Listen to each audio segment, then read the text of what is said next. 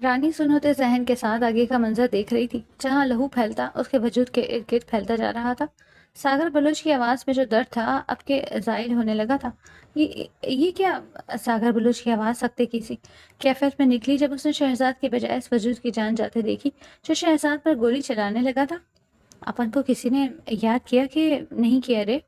راجہ اپنے کالر میں سے رومال نکال کر جھاڑتا اپنی بندوق صاف کرتے شہزاد کو آنکھ مار کر بولا تو وہ دانت کچکچا کر رہ گیا، مگر پہلے ہی اس کو لقمہ اجل کوئی اور بنا چکا تھا، اور وہ شخص کوئی اور نہیں بلکہ راجہ تھا جس نے اس کی جان لی تھی۔ تو یہاں کیا کر رہا ہے اے؟ رانی نے اپنے آسین چڑھاتے اس کو خوخار نظروں سے دیکھتے کہا، ارے یوں تو مت کر میرے دل کی رانی، اب میرے دل کی ملکہ، اور تو ہی نہیں رہی بلکہ میں نے تجھے سائڈ کر کے یہ جگہ کسی اور کو بھی اس ہارٹ کا اونر بنا دیا ہے رے۔ وہ شاہ رخ خان کی طرح سر ہلاتے ہوئے بولا تو رانی نے اس کی گردن پر جہاں پر رسید کیا تھا، کیا بولا تو؟ اے کس کی زندگی برباد کر کے آیا ہے تو؟ سچ بتا، جھوٹ بول رہا ہے نا تو؟ رانی اسے مشکوک نظروں سے تکتی بولی، ماں قسم سچ کہہ رہا ہے اپن۔ وہ گردن اکڑاتے بولا تو رانی کے اگلے سوال پر تھوک نکل کر رہ گیا۔ وہ تو بول بیٹا، کون ہے تیری دلہن؟ کس کو اپنی جان پیاری نہیں؟ کس سے شادی کی ہے تو نے؟ وہ چاقو نکال کر اس کی تیز دھار نوک راجہ کی گردن پر رکھتی بولی تو وہ پسینے سے تر چہرے سمیت دانت دکھاتے یک لفظی جواب میں وہاں کھڑے ہر شخص پر دھماکہ کر گیا تھا۔ رانی سے اور کس سے؟ وہ ایک دم اس کا منہ 2 انگلیوں سے پیچھے کرتے بولا جھٹکے سے، اور ان سب کے سفید بے یقین چہرے دیکھتے، اپن یہاں کھڑی ہے تو نے کیا اپن کی آتما سے شادی کر لی ہے؟ اسے ٹانگ مار کر گراتے ہوئے بولی جس پر وہ کرا کر رہ گیا تھا، جس کا فائدہ اٹھاتے معراج راجپوت نے ان کی آنکھوں میں دھول جھونکتے وہاں مٹی کے پیچھے رکھے پنکھے کو آن کیا تھا جو اچانک اڑتا فضا میں پھیلتی سب کے آنکھوں میں چبھی چلی جا رہی تھی، اور سب دیکھنے سے قاصر ہو گئے تھے، مگر پہلے ہی اس کو لقمہ اجل کوئی اور بنا چکا تھا، اور وہ شخص کوئی اور نہیں بلکہ یہ موقع معراج راجپوت نے اپنے لیے بہترین جانا تھا، اور وہ اپنے 2 ساتھیوں کے ساتھ وہاں سے فرار ہو چکا تھا۔ اس کو یہ ماننے میں نہایت جھجک اور انا آڑے آ رہی تھی کہ وہ ایک لڑکی سے ڈر کر بھاگ کھڑا ہوا، یہ اس کی بنی بنائی ساتھ کو مس کر دینے کے مترادف تھا، مگر اس وقت اسے اپنی جان بچانی تھی، باقی وہ آنے والے وقت میں اس لڑکی کو دیکھنے کا اچھی طرح ارادہ رکھتا تھا۔ تو کر لے شادی، وہ ایک دم لات اس کی کمر میں رسید کرتے ہوئے بولی تو راجہ سے اسے کچھ نہ کہا گیا، اور وہ کھراتے ہوئے اٹھ کھڑا ہوا جب شیر دل بلوچ نے اس کے دونوں کالر سے تھامتے ہوئے دیوار کے ساتھ لگایا تھا۔ کون ہے تو اور کیا بکواس کی ہے تو نے؟ ایسے کیسے شادی کر سکتا ہے تو رانی سے؟ کیا تجھے نہیں معلوم کہ وہ تو پہلے سے نکاح میں ہے؟ ساکر بلوچ نے اس کی گردن کو دبوچتے ہوئے سرخ رنگ آنکھوں سے کہا تھا۔ وہ یہی سمجھتا تھا کہ وہ اس رانی کی بات کر رہا ہے، مگر در حقیقت راجہ تو کسی اور رانی کی بات کر رہا تھا۔ تو کیوں اتنا بھڑک رہا ہے؟ میں نے تیری معشوقہ کی بات تھوڑی کی ہے، میں تو اپنی رانی کی بات کر رہا ہوں، اور تو میری اور رانی کے بیچ میں آنے والا کون ہوتا ہے؟ اگر اس کا نکاح پہلے ہو بھی چکا ہے تو اس کا شوہر تو ہے نہیں نہ، تو اس لیے تجھے اتنی آنکھ کیوں لگ رہی ہے؟ وہ ساگر بلوچ کو اگلے ہی لمحے کمر سے پکڑ کر زمین میں پٹکتے بولا، جس پر ساگر بلوچ نے اسے خوخار نگاہوں سے دیکھا۔ وہ اس کی شہزاد کو اتنے عام انداز میں کیسے پکار سکتا تھا؟ کیا وہ کوئی کھلونا تھی؟ اس کا طرز تخاطب سن کر ساگر بلوچ کی رگیں پھٹنے کے قریب تھی۔ اس کا بس نہیں چل رہا تھا کہ وہ یوں ہی راجہ کا کام تمام کر دیتا، جب رانی نے بیچ میں آتے ہوئے اس کے ہاتھ کو دکھاتے ہوئے راجہ سے دور رہنے کا کہا، جس سے وہ چلتے کڑتے رہ گیا۔ اور کیوں بار بار شہزاد کے دشمن اس کے درمیان آ جایا کرتی تھی؟ آپ کیوں بار بار میرے ہر دشمن کے درمیان آ جایا کرتی ہیں میڈم جی؟ آپ کو کیوں نظر نہیں آتا کہ میری محبت ان عاشقوں سے زیادہ سچی ہے جو آپ سے محبت کے دعوے کرتے ہیں؟ کیوں آپ کو مجھ پر ترس نہیں آتا؟ وہ آخر بے بس ہو کر چلایا تھا رانی کے سامنے آ کر، جس پر وہ اسے تندہی نگاہوں سے دیکھنے لگی، اور جب بولی، ابے او ایڑے، ایک میری بات کان کھول کر سن لے اور اپنے بھیجے میں اچھی طرح فٹ کر لے کہ نہ ہی میں تیری معشوقہ ہے اور نہ ہی میرا نام شہرزاد، میں رانی ہوں، رانی، اس علاقے کی رانی، نہ ہی میں تجھے جانتی ہوں اور نہ ہی تو مجھے جانتا ہے، اس لیے اپنی جان پہچان بنانے کی کوشش نہ کر، اور نہ ہی تو میرے پیچھے دیوانہ ہوتا ہوا نظر آیا اپن کو۔ اپن ایک بار بار کرنے کا عادی نہیں ہے، اگلی بار اپن تجھے سیدھا روکے گی نہیں، سمجھا؟ اب چل جائے یہاں سے۔ وہ اس کو پیچھے دھکا دیتے ہوئے بولی تھی، جس پر وہ زخمی نگاہوں سے شہزاد کا چہرہ تکنے لگا، جس نے ایک بار پھر اس کو اپنے درد سے خالی ہاتھ لوٹایا تھا، مگر وہ بھی ساگر بلوچ تھا۔ اتنی آسانی سے وہ شہزاد کاتوانی کا پیچھے چھوڑ دیتا؟ ایسا کہاں ممکن تھا؟ مگر اس کا دل جانتا تھا کہ یہ سامنے کھڑی رانی ہی اس کی شہزاد ہے. بھلا اپنی میڈم جی کو پہچاننے میں وہ ایسی غلطی کیسے کر سکتا تھا؟ وہ مر تو سکتا تھا مگر شہزاد کو پہچاننے میں غلطی نہیں کر سکتا تھا. رانی اس کے سامنے ہی اس کی آنکھوں سے غائب ہو چکی تھی، جبکہ اس کے پیچھے ہی راجا بھی نکلا. وہ جاننا چاہتا تھا کہ راجا کا آخری رانی سے تعلق کیا تھا، اور اس کے لیے اس کو جتنی کوشش کرنی پڑتی وہ کرتا، مگر شہزاد کو یوں کسی اوروں کے سہارے وہ چھوڑ نہیں سکتا تھا. اب تو یہاں نبراز بھی نہ تھا، اور اس کو یہ سمجھ نہیں آ رہی تھی کہ شہزاد نبراز سے اتنی محبت ہوتے ہوئے بھی اس کو چھوڑ کر اتنی دور کیسے آ سکتی تھی. یہ تو وہ تھا جو اس کی تلاش میں در بدر مارا پھر رہا تھا. ایسے بہت سے مسائل تھے جن پر وہ تحقیق کرنا چاہتا تھا، اور اس کے پاس وقت بہت کم تھا. باہر نکلتے ہی رانی کے قدم آہستہ ہو گئے تھے، اور وہ اپنے پیچھے آتے ہوئے راجا کے قدموں کی چاپ آسانی سے محسوس کر سکتی تھی. تبھی وہ بالکل بے تاثر لہجے میں بولی، تو پھر کر ہی لی تو نے اپن کی مرضی کے خلاف جا کر شادی؟ کہاں چھوڑ کر آیا ہے اس کو؟ رانی نے ایک دم چاند کو تکتے ہوئے اسے جیسے دریافت کرنے کی کوشش کی تھی، جس پر اس نے رات کا منظر ذہن پر واضح ہوتے ہوئے لبوں پر معنی خیز مسکراہٹ کے ساتھ جواب دیا.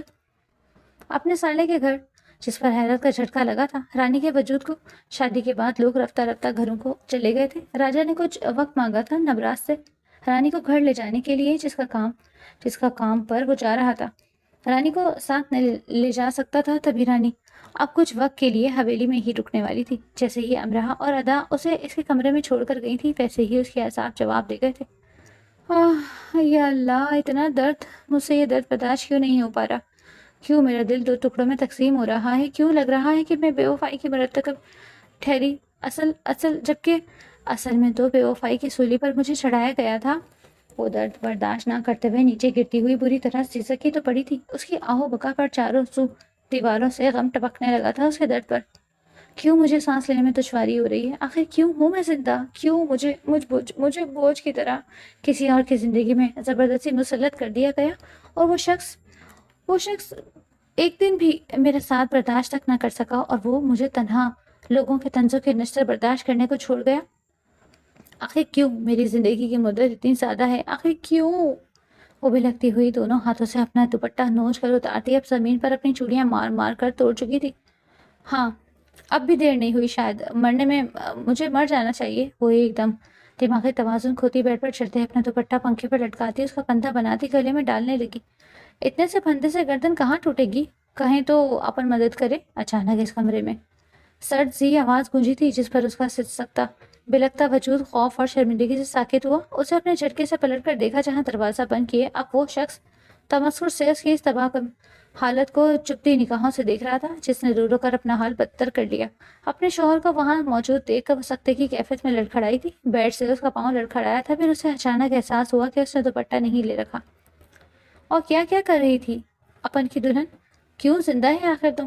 کیونکہ اپن کی بے رنگ زندگی میں رنگ بھرنے کے لیے تم کو مجھے عطا کیا گیا، اور یہ زندگی میری امانت ہے. اس کا لہجہ اس کی طرف قدم بڑھاتے پل پل دہتے کوٹلوں کی طرح سلگتا جا رہا تھا. اسے یوں خود کی جان لیتے دیکھ سینے میں سانس الجھتی محسوس ہوئی تھی. اسے رگوں میں خون نہیں، جیسے دہکتا ہوا سلگتا لاوا بہنے لگا. کیا اس کی بیوی کی جان اتنی سستی تھی؟ یہ سوچ آتے ہی اس کا شدید دم گھٹا.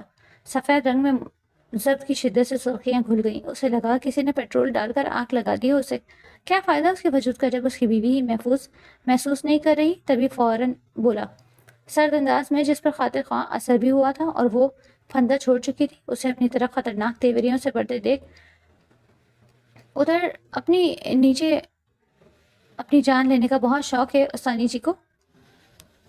وہ کھا جانے والی نگاہوں سے رانی کو تکتے ایک دم اس پر جھپٹا تھا اور بازو سے گھسیٹ کر بیڈ کے نیچے اتارا. چھوڑو سن کی انسان، پاگل ہو گئے ہو کیا؟ وہ خوف و ہراس سے اس کا دہشت زدہ چہرہ دیکھ چلائی تھی. ہاں ہے اپن پاگل تیرے پیار میں، اور کچھ؟ وہ بھی اس پہ زور سے چلایا. چھوڑے مجھے، آپ ہوتے کون ہے مجھ سے زبردستی کرنے والے؟ میری زندگی ہے، جیسے مرضی ضائع کروں، جیوں یا مروں، آپ کو اس سے کیا؟ آپ تو جا ہی رہے ہیں، سو نکل جائے، مرنے دیں مجھے سکون سے. وہ کیبل دھاڑی تھی پاگل ہوتے ہوئے. اس کی دل چیرتی باتیں سن کر راجا جیسے ضبط کھو بیٹھا تھا. تبھی اچانک اس کے قریب آتے اپنے ہاتھ سے اس کی گردن دبوچی اور ذرا سا اوپر اٹھایا. تیری ہمت کیسے ہوئی اپنی جان لینے کی؟ یاد رکھ، اور تیری جان تیری نہیں بلکہ اپن کی امانت ہے، اور تو امانت میں خیانت نہیں کر سکتی. اب اپن کی اجازت کے بغیر اگر تو نے خود کو ہاتھ بھی لگانے کا سوچا تو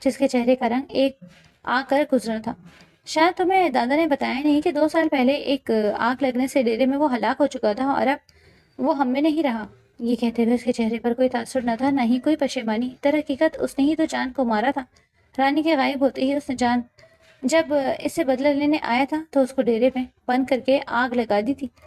جان سے اس کا بچنا ناممکن تھا، مگر وہ یہ نہیں جانتا تھا کہ مکافات عمل کبھی بھی رکتا نہیں ہے۔ وہ کسی نہ کسی طرح اس کے سامنے آ کر کسی دوسری صورت میں کھڑا ہو جاتا ہے اور انسان کو پتہ بھی نہیں لگتا۔ یہ سب باتیں تو چلتی رہیں گی یہاں وہاں، وقت ضائع کرنے سے اچھا ہے کہ تم میرے ساتھ ایک شادی پر چلو، کیونکہ بہت مزے کی شادیاں ہوتی ہیں یہاں۔ پتہ نہیں تمہارے گاؤں میں تمہیں ایسی شادیاں دیکھنے کو ملتی ہوں گی کہ نہیں، لیکن یہاں کی بات ہی اور ہے۔ تم میرے گاؤں آئے ہو اور تمہیں میں اپنا گاؤں نہ دکھاؤں، ایسا کیسے ہو سکتا ہے؟ اس لیے آپ سب لوگ آج میرے ساتھ شادی پر چل رہے ہیں، جہاں دیکھ کر آپ کو پتہ چلے گا کہ یہاں کی شادی کیسے ہوتی ہے۔ وہ ایک دم غرور سے بولا تو نبراس تاثر سے سر ہلا کر رہ گیا۔ اس کو چند باتوں میں پتہ چل چکا تھا کہ معراج راجپوت ایک انا کا مارا مغرور شخص ہے، جس کو اپنے علاوہ اور کوئی دکھتا ہی نہیں تھا، جس کے لیے اس کی میں سب سے زیادہ عزیز تھی، مگر نبراس اس کے منہ پر نہ کہہ سکا، کیونکہ وہ کوئی لڑائی نہیں چاہتا تھا۔ وہ تو یہاں کے بیچ بات بدلنے آیا تھا، اپنی بیوی کے آخری خواہشات کو مد نظر رکھتے ہوئے، مگر وہ یہ نہیں جانتا تھا کہ آج جہاں وہ جا رہا ہے اس کا سامنا جس حصے سے ہونے والا ہے وہ اس کے دل کی دنیا تہہ و بالش کر کے رکھ دینے والی ہے۔ جانے سے پہلے اس نے رانی کو دیکھنا چاہا، جو ابھی تک ہوش میں نہیں آئی تھی۔ تبھی وہ اس سے آ کر ملنے کا سوچتے باقی لوگوں کے ساتھ اس شادی کی جانب بڑھا جہاں معراج راجپوت ان کو لے کر جانا چاہتا تھا، کیونکہ معراج راجپوت پہلے ہی جان چکا تھا کہ رانی اس شادی میں آنے والی ہے۔ وہ اس کو دیکھنا چاہتا ہے، وہاں جا کر اسے حساب بے باک کرنا چاہتا تھا، لیکن اس کے لیے ضروری تھا کہ وہ دونوں آمنے سامنے ہوتے۔ تبھی وہ رانی سے ملنے کے لیے شادی پر پہنچ چکا تھا۔ رانی آج بھی کچھ خاص مقصد کے لیے اس شادی پر آئی تھی جہاں اس کے دوست کی شادی تھی۔ یہ در حقیقت زبردستی کی شادی تھی۔ شادی سے بچنے کے لیے اسے اپنی دوست کی مدد کرنے آنا ہی پڑا۔ تبھی وہ اپنے ساتھیوں کو لے کر شادی میں آئی اور وہاں ہلہ گلا ہوتے دیکھ کر وہ ان لوگوں میں شامل ہو گئی تاکہ اس کو بھی رانی کے کام پر شک نہ ہو کہ وہ اصل میں کس مقصد کے تحت آئی ہے۔ گانا بجتے ہی اس نے بھی اپنے پاؤں کو حرکت دینا شروع کی تھی، جس سے سبھی اس کی طرف متوجہ ہونے لگے تھے اور انجوائے کرنے لگے۔ کچی کراری جوانی گواری ہوں میٹھی سپاری میں ہائے توبہ، کچی کراری جوانی گواری ہوں میٹھی سپاری میں ہائے توبہ۔ اس کے موالیوں والے انداز میں بھی لوگ اسے دلچسپی سے دیکھ رہے تھے، کیونکہ اس کا حلیہ لڑکوں سا تھا۔ جینس کے اوپر کرتا اور اس پر جینس کی جیکٹ اور چشمہ حسب معمول آنکھوں پر لگا رکھا تھا۔ نینا کا ٹیلے جو لگے تو چھیلے، جیا باری باری میں ہائے توبہ، تلے موقع لے کر سودا، دل تیرا دے دے تو بدلے، میں دے دوں میں جادو کی جب بھی لے جا تو، ابھی ملوں گی پھر نہ دوبارہ۔ اس نے اپنی دوست کو کھینچ کر بیچ میں لاتے ہوئے اینک نیچے کر کے آنکھ مارتے ہوئے کہا تو اس کی دوست روتے سے ہنسی تھی، جانتی تھی کہ اب وہ اسے بچا لے گی۔ جادو کی جھپی دے دے جادو کی جھپی ہو تو چلی ہر گلی، دے دے جھپی جھپی ہو، ہاں تو چلی ہے ہر گلی ہے دیتی جھپی شپی، دیکھ لے تو مجھ کو بھی تو ہو جاؤں میں لکی۔ راجا ایک دم اس کو گول گول گھماتے اس کے سامنے آتے ہوئے بولا تھا، جس پر رانی کا منہ ایسے ہو گیا تھا جیسے کڑوا بادام آ گیا ہو۔ اس نے ایک دم اپنے چہرے کے تاثرات بدلے اور نزاکت سے چلتی اس کے قریب گئی اور بولی، لکی جو ہونا ہے باہوں میں۔ ایک دم اس کو رومال سے کھینچتے قریب کیا، اس کے کان میں سرگوشی کی، آ تو ڈیمانڈ میری سن لے ذرا۔ نکڑ میں اشارہ کیا، نکڑ پہ کونا ہے، ملتا وہاں سونا ہے، سونے کے گہنوں کے بدلے میں دے دوں میں۔ وہ اس کے ساتھ آیا تھا، اس نے کس کر ایک جھانپڑ رسید کیا تھا۔ راجا کو جس پر سب کی ہنسی برآمد ہوئی تھی، یہ منظر دیکھتے ہی جہاں معراج راجپوت کی آنکھوں کی چمک پڑی تھی، وہیں کوئی تھا جس کی دنیا جہاں ساکن ہو گئی تھی۔ برف کا مجسمہ جیسے پاش پاش ہو گیا تھا، وہ اس کے سامنے تھی جہاں وہ ہاتھ بڑھا کر اسے چھو سکتا تھا۔ وہ دونوں ایک دوسرے کے سامنے کھڑے تھے۔ نبراس تو یوں سن تھا جیسے کبھی سانس نہیں لے پائے گا، وہی آنکھیں، وہی ناک، وہی لب، پورے کا پورا وہی چہرہ۔ اس کے دل میں شدت سے ایک درد کی لہر اٹھی جو ناقابل بیان تھی۔ وہ سب جو کہتے تھے وہ مر گئی، وہ سب جھوٹ تھا، وہ تو زندہ تھی۔ اس کی آنکھوں کے سامنے اس کی بیوی، اس کی جان۔ وہ نم آنکھوں سے سوچ کر رہ گیا اور ٹوٹا بکھرا وجود لیے اس کی طرف اپنا سن ہوتے قدم بڑھانے لگا۔ جب اس کے قریب پہنچا، اس کے کندھے پر ہاتھ رکھا تو لگا جیسے روح نے جسم کو جھٹکے سے چھوڑ دیا ہو۔ بیوی کے لفظ اس کے لبوں سے سرگوشی کی مانند نکلتے ہوا میں تحلیل ہوا تھا جس پر رانی کا وجود جھٹکے سے پلٹا اور وہ یکدم مقابل کا چہرہ دیکھنے لگی۔ گانا بند ہو چکا تھا، سب ان دونوں کو دیکھتے دور ہٹنے لگے تھے۔ نبراس کا وجود لگی اتنا قابل رحم لگ رہا تھا، لوگ مڑ مڑ کر دیکھنے لگے۔ یہ ناقابل یقین منظر تو یاور بھی حیرت سے تک رہا تھا، جبکہ امراہ اور ادھر بھی نم آنکھوں سے اپنی شہرزاد کو تک رہی تھی جس نے ان کی سوچ سے برعکس کیسے اول جلول سے کپڑے پہن رکھے تھے۔ شہزاد! یاور بھی چیختا اس کے پاس آ گیا، جبکہ مہراج راجپوت تشویش اور ماتھے پر بل ڈالے یہ منظر دیکھ رہا تھا۔ یہ تو رانی تھی، اس کی رانی، پھر یہ نبراس اس کو بیوی کیوں کہہ رہا تھا؟ نبراس کے جسم میں جیسے سوئیاں چبھنے لگی تھی، سامنے کھڑی لڑکی کی نگاہوں میں اس کے لیے ایک پل کی بھی شناسائی کا تاثر کیوں نہ ابھرا؟ ساگر بلوچ بھی بھاگتا ہوا ادھر آ پہنچا تھا۔ میڈم جی، آپ ٹھیک تو ہیں؟ آپ کی جان کو خطرہ ہے۔ یہ مہراج ابھی وہ شہزاد کو تکتا ہی کہہ رہا تھا جب نبراس پر نگاہ پڑتے الفاظ جیسے کہیں گم سے ہو گئے تھے۔ چاروں طرف نگاہ جاتے اسے لمحے میں احساس ہو گیا تھا کہ سب اپنے یہیں آ گئے تھے، مگر کیوں؟ وہ اوچ کر رہ گیا اور لب کاٹ کر شہزاد کو دیکھا جو بے تاثر اور روکھے انداز میں نبراس کو تک رہی تھی، جو بے یقینی سے ساگر کو شہزاد کے ساتھ دیکھ رہا تھا۔ کیا ایسے کیا دیکھ رہے ہو؟ اپن کو آتما دیکھ لیے کیا؟ رانی ہے میں، رانی، اور یہ ہاتھ ہٹا۔ اس نے ایک دم اجنبی لہجے میں کہتے جیسے نبراس کا ہاتھ بری طرح جھٹکا تھا اور وہ بری طرح لڑکھڑایا۔ تم کیا کہہ رہی ہو؟ میں نبراس ہوں، تمہارا شوہر۔ تم میری بیوی ہو شہزاد، کیا ہو گیا تمہیں؟ وہ تو جیسے اس کو جھنجھوڑتے ہوئے پاگل ہو اٹھا تھا، تبھی کر لایا جس پر وہ دانت پیس کر ایک قہر بھری نگاہ اس شخص پر ڈال کر رہ گئی جو زبردستی اس کا شوہر بن رہا تھا۔ تیرا بھائی ہے کیا؟ یہ جو میلے میں بچھڑا تھا، پہلے تو آ کر شہزاد شہزاد کرتا چپک گیا اپن سے، اب یہ تیرا دوسرا ورژن آ گیا ہے۔ یہ چل کیا رہا ہے ابے؟ وہ پھٹتے سر سے بولی تھی۔ ساگر بلوچ کو خوخار نظروں سے دیکھتی کہتی، اور اسے ساگر سے ایسے نارمل انداز میں بات کرتے دیکھ نبراس کے دل کی دنیا تہس نہس ہو چکی تھی۔ وقت نے سب کچھ بدل دیا تھا، اس کی بیوی کی ہستی بھی اور شاید محبت بھی۔ میں نہیں جانتا اس کو، ساگر صاف مکر گیا، جس پر نبراس نے اسے شوقی نگاہوں سے دیکھا۔ کیسے نہیں جانتے تم مجھے؟ ہاں کیسے نہیں جانتے؟ شہزاد تم اس کے ساتھ کیسے بھول گئی؟ تم یہ ایک ریپسٹ ہے جس سے تم کو نفرت تھی۔ وہ غصے اور غم سے چیخا جب اس نے حیرت سے ساگر بلوچ کو دیکھا۔ یہ کیا کہہ رہے ہو؟ کیا تم اپن کو دھوکہ دے رہا تھا؟ وہ شوق کے انداز میں بولی۔ نہیں، جھوٹا ہے یہ، جیسے یہ جھوٹ ہے کہ آپ اس کی بیوی ہیں، تو یہ بھی جھوٹ ہے کہ میں ریپسٹ ہوں۔ وہ ہر درمی سے بولا۔ اگر میں جھوٹ بول رہا ہوں تو تم مجھے ابھی مار سکتی ہو۔ وہ رانی کے ہاتھ میں تھامی بندوق اپنے عین دل کے مقام پر رکھی تھی، جبکہ رانی نے گولی چلا ڈالی۔ تھا نبراس درد سے نیچے جھکا اور سب چیختے نبراس کی طرف لپکے۔ اپن ٹوکتی نہیں ٹھوکتی ہے، کہا تھا نا، امی کہنے کے انداز میں بولی، لہجے میں آگ سی تھی۔ نبراس اور ساگر آگے پیچھے ہی کھڑے تھے۔ رانی نے 3 قدم پیچھے لیتے اچانک گولی چلائی تھی، جو نہ صرف نبراس کے نازوں کو چھو کر گزری تھی بلکہ ساگر کے بازو کو بھی جلد کو چیرتی گزری تھی کہ دونوں کے بازو لہو لہان ہو گئے تھے۔ چھوٹے سے سخت نفرت کرتی ہے اپن۔ وہ آنکھوں میں نفرت کا دہکتا الاؤ لیے بولی، how could you Shahzad, how could you? جس شہزاد کو میں جانتا ہوں وہ تو نبراس کو نقصان پہنچانے کے بارے میں سوچ بھی نہیں سکتی، کچھ جگہ یہ گولی چلانا تم شہزاد ہو ہی نہیں سکتی۔ یاور سلطان ایک دم فم ٹرپ کر نبراس کو اٹھاتے رانی کو قہر بھری نگاہوں سے دیکھتے ایک لفظ چبا کر بولا تھا، جس پر رانی کے چہرے پر تمسخرانہ مسکراہٹ چھلکی۔ وہ ہونٹ ترچھا کیے اسے تنقیدی نگاہوں سے تکتی بولی، اپن شہزاد ہے بھی نہیں، اپن رانی ہے، رانی۔ وہ بندوق کی نال سے اپنے چہرے پر آئی لٹ پیچھے کھڑتے بولی تھی جب نبراس دوبارہ اس کے قریب آنے کی کوشش کرنے لگا۔ شہزاد سنو، تم میری شہزاد ہو، پلیز اب مجھے چھوڑ کے نہیں جانا۔ نبراس زبردستی اس کا ہاتھ تھامے بولا، جس پر وہ بے دردی سے جھٹک گئی۔ تجھے گولی کی زبان بھی لگتا ہے، سمجھ میں نہیں آتی، اس نے نبراس کو جھٹکے سے زچ ہونے والے لہجے میں کہا، جس پر اس کا دل پوری طرح ٹوٹا۔ اور تم اسے 200 فٹ کے فاصلے پر رہنا، اپن کو دھوکے بازوں سے سخت نفرت ہے اور تو اپن کا اعتبار کھو چکا۔ وہ جلالی لہجے میں کہتے وہاں سے جانے لگے جب نبراس اس کے پیچھے لپکا۔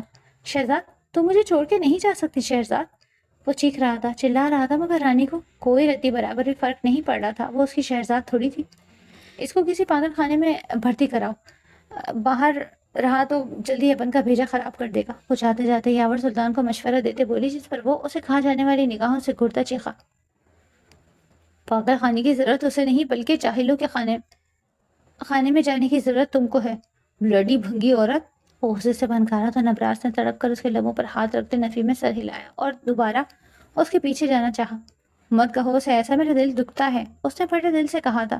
نبراس مت کرو اس کا پیچھا، پاگل مت بنو، وہ تمہاری بیوی نہیں ہے، وہ شہزاد نہیں ہے، نہ ہی میری بہن۔ اگر وہ تمہاری بیوی ہوتی اور واقعی شہزاد ہوتی تو وہ کبھی تمہیں سب کے سامنے یوں شرمندہ نہ کرتی، نہ ہی تمہیں کوئی بات کرتی، مگر اس نے تمہیں سارے مجمع کے سامنے بے عزت کیا۔ کیا ہو سکتی ہے وہ تمہاری شہزاد؟ کبھی نہیں۔ وہ تو تمہیں دکھ دینے کا سوچ بھی نہیں سکتی، کجا کے سب کے سامنے تمہاری یوں بے عزتی کرنا اور ذلت اور رسوائی سے آشنا کرنا، وہ تو تمہیں نقصان پہنچانے کا بھی نہیں سوچ سکتی، مگر اس لڑکی نے نہ صرف تمہیں باتیں سنائی بلکہ تمہیں گولی سے بھی نوازا، اور تم ہوگے اس کے خلاف کچھ سننے کے لیے تیاری نہیں، بلکہ نہ سمجھ لوگوں کی طرح اس کے پیچھے بھاگ بھاگ کے جا رہے ہو۔ کیا یہی ایک عاقل سردار نبراس؟ ایسا نہیں ہو سکتا، فرق کرنا سیکھو لوگوں کے درمیان۔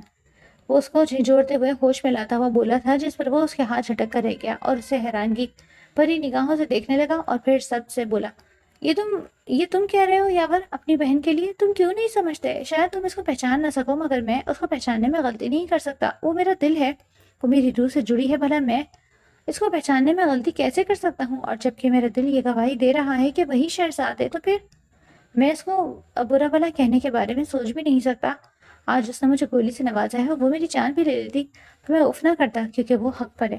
میں نے اس کو جتنے دکھ دیے ہیں اس کا بدلہ اگر وہ مجھ سے ایسے لینا چاہتی ہے تو مجھے منظور ہے۔ اس نے میری بے رخی اتنے سال سے ہی، تو کیا میں اس کو منانے کے لیے، اس کی معافی پانے کے لیے یہ دو چار کڑوی باتیں نہیں سہ سکتا؟ اس نے یاور سلطان کی آنکھوں میں دیکھتے ہوئے اپنی لہو رنگ آنکھیں ڈالتے ہوئے کہا، جس پر مہراج راجپوت اپنے دلچسپ نظروں سے ان سب کا یہ میلو ڈرامہ دیکھ رہا تھا۔ اسے یقین نہیں آ رہا تھا کہ جو رانی تھی وہی شہزاد تھی۔ ایسا کیسے ہو سکتا تھا؟ اگر وہی شہزاد تھی تو پھر بھی وہ اس کو نبراس کے حوالے تو کرنے کا ارادہ نہیں رکھتا تھا۔